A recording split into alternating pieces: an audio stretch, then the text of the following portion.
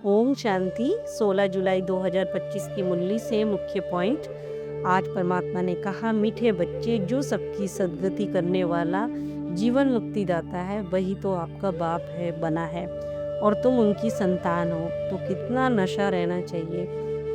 परमात्मा पर पूरा निश्चय नहीं तो फिर उनकी बुद्धि में बाबा कहते याद ठहर नहीं सकती है। उन्हें पता ही नहीं है कौन सिखला रहा है, कौन पढ़ा रहा है, किसे याद करना है। जो परमात्मा जैसा है उसे बिंदी बन बिंदु रूप में याद करते हैं, उन्हों के ही बाबा कहते हैं विकर्म विनाश होते हैं। परमात्मा स्वयं ही अपना और अपने घर का परिचय हमें देते हैं। इसीलिए निश्चय बुद्धि बन याद की यात्रा में रहना है। पुरानी दुनिया से वैरागी बन अपने शरीर को भूल शांति धाम और सुख धाम को याद करना है, यानी सत्युग को याद करना है। मनुष्य तो देखो यहाँ ही शांति चाहते हैं। अब आत्मा का तो है ही स्वधर्म शांति धाम में रहने वाली है। सत्युग में बिल्कुल ही शांति का राज्य होता है। वहाँ एक ही धर्म होता है, एक ही भाषा होती है। इस समय तो देखो घर घर में अशांति रावण राज्य है। अब पावन बनाने के लिए तुम ब्राह्मण निमित्त बनते हो। इस बेहद के यज्ञ में सारी दुनिया की ही आहुति पड़नी है। निराकारी आत्माएं असली में ईश्वरी कुल की हैं, निराकारी दुनिया की है। फिर देखो साकारी दुनिया यानी नीचे पुरानी दुनिया में पाठ बजाने वो आती हैं। वहाँ से देखो हम आते हैं। फिर हम देवता कुल में यानी सतयुग में 8 जन्म लिए। फिर देखो वो बाबा कहते हैं हम क्षत्रिय कुल में आए, फिर वैश्य कुल में आए। ये परमात्मा कहते हैं कि तुमने इतने जन्म देवी कुल में लिए हैं। 84 जन्मों का चक्र है ना। तुम्हारे बिगैर ये ज्ञान और किसी के भी को मिल नहीं सकता, किसी की बुद्धि में बैठ भी नहीं सकता। कोई राजा रानी कोई प्रजा बनेंगे। Suryavanshi Lakshmi Narayan the first second third 8 गद्दियाँ चलती हैं। जैसे सतयुग में होता है ना, तो सतयुग में 8 गद्दियाँ चलेंगी। फिर देखो क्षत्रिय में आत्मा, उसमें भी फर्स्ट सेकंड थर्ड जो जो स्टेज आती जाएगी उसमें थर्ड वो गद्दियाँ चलती हैं। 8 गद्दी चलती पहली में, फिर धीरे धीरे जो जो आएगी ना उसमें थर्ड तक तो चलती है। जब ज्ञान के सागर आती हैं तो भक्ति खलास हो जाती है। जब हमको ज्ञान मिलता है ना तो भक्ति छूट जाती है। रात खत्म दिन होता है। वहाँ सतयुग में किसी भी प्रकार के धक्के नहीं होते हैं, बस आराम ही आराम है। कोई भी वहाँ हंगामा नहीं है, क्योंकि ड्रामा में जो फिक्स है वही होता है। क्राइस्ट आते हैं तो फिर उनके धर्म वाले भी आते हैं। अब देखो कितने क्रिश्चियन हैं, तो क्राइस्ट हो गया क्रिश्चियन धर्म का बीज बाबा कहते हैं। और इस देवी देवता धर्म का बीज परम पिता परमात्मा शिव है। परमात्मा कल्याणकारी है। सबसे ज़्यादा तो तुम बच्चों का ही कल्याण करते हैं। तुम काम पर विजय पाते हो, अकाले मृत्यु होती नहीं है। मृत्यु तो देखो शरीर की होती है ना, बाकी आत्मा तो दूसरा शरीर ले लेती है। जैसे देखो परमात्मा ने सर्प का मिसाल भी दिया। सर्प एक खाल छोड़ता है और दूसरी लेता है। यहाँ भी पुराना शरीर छोड़ेंगे और सतयुग में फिर बाबा कहते हैं शरीर नया लेंगे। वहाँ भी कभी कोई भी वहाँ कुवचन बाबा कहते हैं नहीं बोलता। यहाँ तो है ही कुसंग। इसका नाम ही बाबा कहते हैं रौरव नरक है, यानी रुलाने वाली दुनिया है। म्यूनिसिपैलिटी वाले देखो पुरानी जगह देखते ही पहले से ही खाली करा लेते हैं, यानी ज्ञान से राजयोग सीखते हैं, सद्गति होती है। भक्ति में कुछ भी नहीं है। जैसे देखो दान पुण्य करते हैं तो थोड़ा बहुत सुख मिल जाता है। राजाओं को भी देखो सन्यासी वैराग दिलाते हैं। यह तो देखो काग विष्टा समान सुख है, मतलब काम विकार के लिए बाबा कहते हैं क्षणिक भर के सुख के लिए सुख। फिर कहा दिलवाड़ा मंदिर के लिए कि इस समय का यादगार भी है, यानी ये जो ब्राह्मण आत्माएं बनी है ना उनका यादगार बना है। वो नीचे तपस्या कर रही है तो स्वर्ग दिखा है। बाबा कहते जीवन जो देखो संगम का है ना, इस ब्राह्मण जीवन का नीचे तपस्या में बैठे हैं और ऊपर स्वर्ग। ऊपर अब स्वर्ग तो बाबा कहते ये दुनिया की बदल स्वर्ग हो जाएगी, पर स्वर्ग ऊपर बताना पड़ता है ताकि मनुष्य को कहाँ दिखाएं। अब देखो मनुष्य मरते हैं तो क्या कहते हैं, फलाना स्वर्ग पधारा। वो स्वर्ग ऊपर में समझते हैं, पर ऊपर में स्वर्ग तो नहीं है ना। जबकि देखो भारत ही स्वर्ग, भारत ही नरक बनता है। वहाँ थोड़ी ही भक्ति होती है, वहाँ तो सुखी सुख होता है।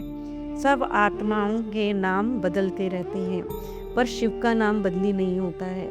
जिन बच्चों को पूरी पहचान या निश्चय नहीं है, हमको कौन सिखला रहा है, कौन पढ़ा रहा है, बाबा कहते जानते ही नहीं है, फिर वो याद भी कैसे करेंगे? उनकी बुद्धि में तभी तो याद, बाबा कहते ठहरती भी नहीं, तो विकर्म भी विनाश नहीं हो पाते हैं। विकर्म विनाश उन्हीं के बाबा कहते हैं जो जन्म जन्मांतर लिंग को ही देखो याद करते आए हैं।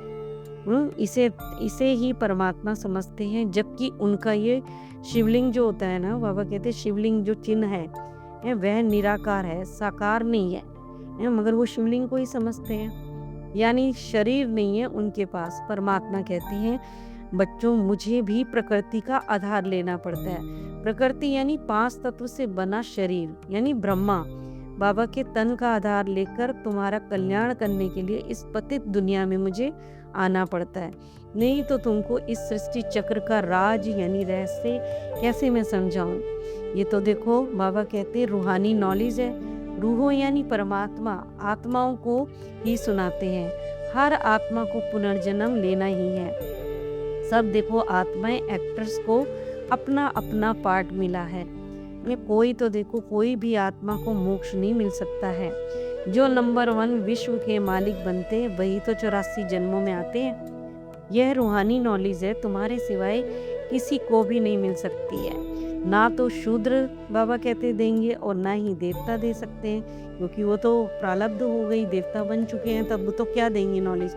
नॉलेज का समय तो संगम पर ही है ना। सतयुग में दुर्गति बाबा कहते होती, सतयुग में तो दुर्गति होती ही नहीं। जो ये नॉलेज हमें मिले, दुर्गति तो यहीं पर होती है, जरूरत नॉलेज की यहीं पर होती है। याद के सिवाय कोई भी आत्मा पवित्र नहीं बन सकती। सजाएं भी खानी पड़ेंगी और पद भी भ्रष्ट हो जाएगा। सबका इस समय हिसाब किताब बाबा कहते चुकतू हो रहा है।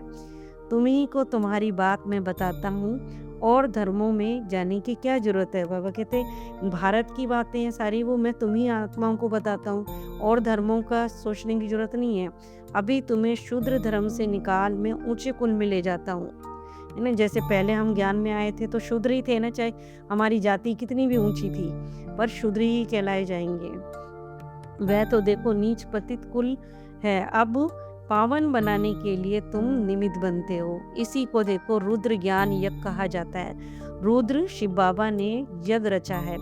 इस यज्ञ में सारी दुनिया की आहुति पड़नी है। फिर कहा भक्ति मार्ग में मनुष्य जो भी पुरुषार्थ करते हैं उनको पता ही नहीं है कि किस में सुख है किस में दुख है। यज्ञ तप दान पुण्य तीर्थ आदि बाबा कहते करते भी सीढ़ी से तो नीचे ही उतरते आए हैं ना। तुमको तो फिर ज्ञान मिला है, तो भक्ति तुम्हारी फिर इसीलिए बंद हो गई है। फिर कहा निराकार जरूर साकार में ही आएगा। शरीर बिगर आत्मा कुछ भी कर नहीं सकती है। कर सकती है क्या? शरीर बिगर आत्मा भटकती रहती है, और फिर देखो दूसरे तन में भी प्रवेश कर लेती है।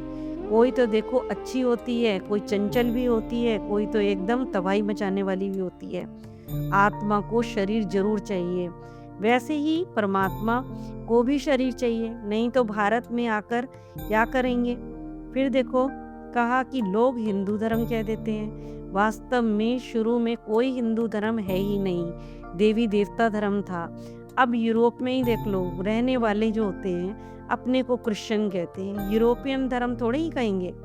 हिंदुस्तान में तो रहने वाले हिंदू धर्म कह देते हैं, पर है ही देवी देवता धर्म के। वरदान में कहा जितना जितना आप बच्चे मेरे जितना अंतर्मुखी यानी आत्मिक स्थिति में स्थित होते जाएंगे, उतना ही नैनों की भाषा यानी इशारों की भाषा उनको समझ में आने लग जाएगी। भावना की भाषा यानी अंदर के भाव जान लेंगे। संकल्प की भाषा यानी वो सहज ही संकल्प एक दूसरे को ट्रांसफर हो जाते हैं, समझ जाएंगे। संकल्प मतलब सामने वाले के तो आपको जो भी संकल्प चल रहे हैं ना उसको टच हो जाएंगे। ये 3 प्रकार की भाषा रूहानी योगी जीवन की भाषा है। यही अलौकिक भाषाएं बहुत शक्तिशाली हैं। समय को देखते हुए ये तीनों भाषाओं द्वारा ही सहज सफलता प्राप्त होगी। इसीलिए अब रूहानी भाषा का अभ्यास करो, बाबा कहते। यानी आत्मा बन आत्मा को देखकर उससे बातें करना। यानी जब आपको आत्मा देखोगे तो उसके ओरिजिनल गुण दिखाई देंगे, और हम शरीर देख लेते हैं तो शरीर में बुराइयां, कमी पेशी सब दिखाई देने लग जाती है। स्लोगन में बाबा ने कहा, आप इतने हल्के बन जाओ जो देखो बाप अपनी पलकों पर बिठाकर हमको साथ ले जाएं। अच्छा, ओम शांति।